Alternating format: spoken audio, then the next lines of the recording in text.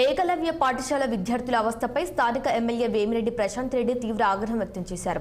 నెల్లూరు, కొడవలూరు, చంద్రశేఖపురంలోని ఏకలవ్య పాఠశాలలో గత రాత్రి పాఠశాలలో పలువురు విద్యార్థులు ఫుడ్ పాయిజన్ అయి అవస్థకు గురయ్యారు. సమాచారం అందుకున్న ఆమె రాత్రి 10 గంటల సమయంలో స్వయంగా పాఠశాలకు వెళ్లి పరిశీలించారు. పాఠశాలలో పరిస్థితులపై అసంతృప్తిని వ్యక్తం చేశారు. చికిత్స పొందుతున్న విద్యార్థులతో ఎమ్మెల్యే ప్రశాంత్ రెడ్డి స్వయంగా వారి యోగక్షేమాలను అడిగి తెలుసుకున్నారు. విద్యార్థుల ఆరోగ్యంపై పాఠశాల సిబ్బందితో చర్చించారు.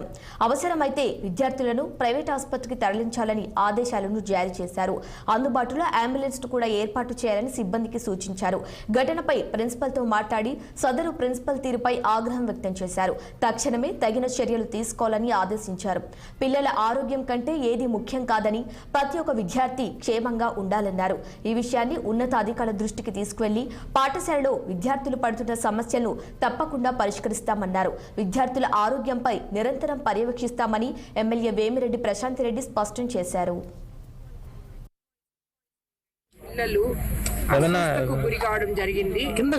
వాళ్ళకి ఇమీడియట్ గా కలెక్టర్ గారు మేము అందరం కలిసి ఇమీడియట్ గా వాళ్ళకి ఇక్కడే కొంచెం ట్రీట్మెంట్ ఇస్తున్నాము. సెలైన్ బాటిల్స్ అన్ని పంపించారు. డిఎంహెచ్ఓ గారు కూడా ఇక్కడికి వచ్చున్నారు. సో అందరు ఇక్కడికి వచ్చున్నాము. పిల్లలకి ఎందుకు అస్వస్థత జరిగిందో ఏంటో కనుక్కోవడం జరిగింది.